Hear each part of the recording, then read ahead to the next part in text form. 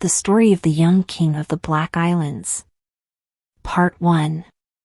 When King Mahmud of the Black Islands died, his young son became king. A few weeks later, he married his cousin. The young king loved his wife very much and he thought that she loved him. He was happy. But she was not a good wife and she didn't love him. She also had magic powers. The king and the queen lived happily for 5 years. Then one afternoon the young king heard a conversation between two of his wife's maids. They didn't know that he was listening to them. "It's sad that the queen doesn't love the king, isn't it?" one of them said. "Yes, it is," the other maid replied. "She's a bad woman. Every night she puts a sleeping potion in his wine. Then, when he is asleep, she goes out to meet her lover in the forest." The young king was horrified. He decided to watch his wife carefully. That night he didn't drink his wine so he wasn't asleep when the queen got out of bed and left the palace. He followed her to the forest. Her lover was there and they kissed passionately. When the young king saw them together, he was very angry. He took out his sword and hit the man on the neck. The man fell to the ground. Then the young king ran back to the palace before the queen had time to see his face. The next morning the queen came to his room. She was wearing black clothes and she was crying. "Husband," she said, "I'm mourning my family. My father, my mother, and my 2 brothers are all dead." The young king said nothing. He knew that it was not true. The queen mourned for a year.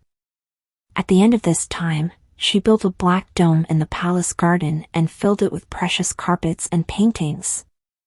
Then she took her lover's body there. He wasn't dead, but he couldn't move or speak. She put him on a sofa in a dark room and built a beautiful fountain for him there. She went to see him every day and gave him soup and wine to drink. She cried all the time. 3 years passed. One day the young king went to the dome to speak to his wife. She was crying as usual. He was very angry. "I'm tired of your tears," he shouted, and he took out his sword. "You are a bad woman. I know that you keep your lover here." "Yes, I do," the queen replied. "I love him and I hate you." The king lifted his sword to kill her, but the queen put a magic spell on him before he could hit her. She turned his legs into a block of black marble. He couldn't move. Then she turned the 4 islands into 4 mountains, the city into a lake, and the people in the city into fish. Part 2. After that the queen visited the Black Dome every day. First she went to her husband and beat him 100 times with a whip. He cried and shouted loudly, but her heart was hard. Then she went to her lover.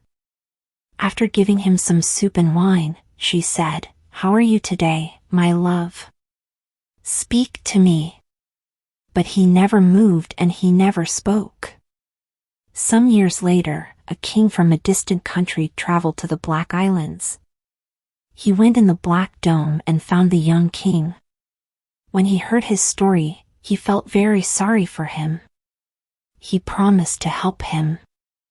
"I have a plan," he said. The next day, the king went to the room where the queen's lover was. He killed him with his sword and threw the body down a deep well. Then he lay down on the sofa. Soon the queen arrived. She went to her husband and beat him 100 times. After that she went to her lover's room. It was dark so she couldn't see the man on the sofa very well. "How are you today, my love?" she said. "Speak to me." The king answered, "I'm very tired. When you beat your husband, he shouts very loudly and I can't sleep. Take the spell off. I don't want to hear him anymore." The queen was very happy to hear her lover's voice again. She said, "I'll take the spell off immediately, my love." She went back to her husband's room and took a cup of water, which she heated on a fire.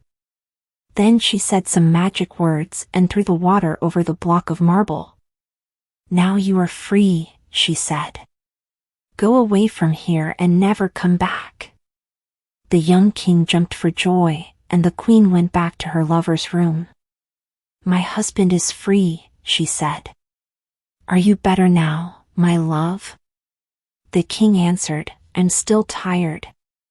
Every night at midnight the fish in the lake jump out of the water and cry and shout loudly, "I can't sleep. Take the spell off. I don't want to hear them anymore."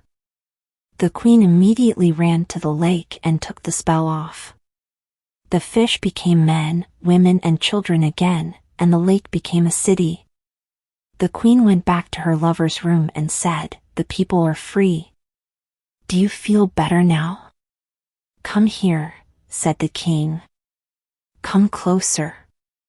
The queen moved closer. Then the king suddenly jumped up and cut her body in half with his sword. "The queen is dead," he said to the young king. "And your city and your people are free." The young king was very happy. "Why don't you come back with me to my country?" asked the king. "I have no children of my own. You can be my son and rule my kingdom when I die."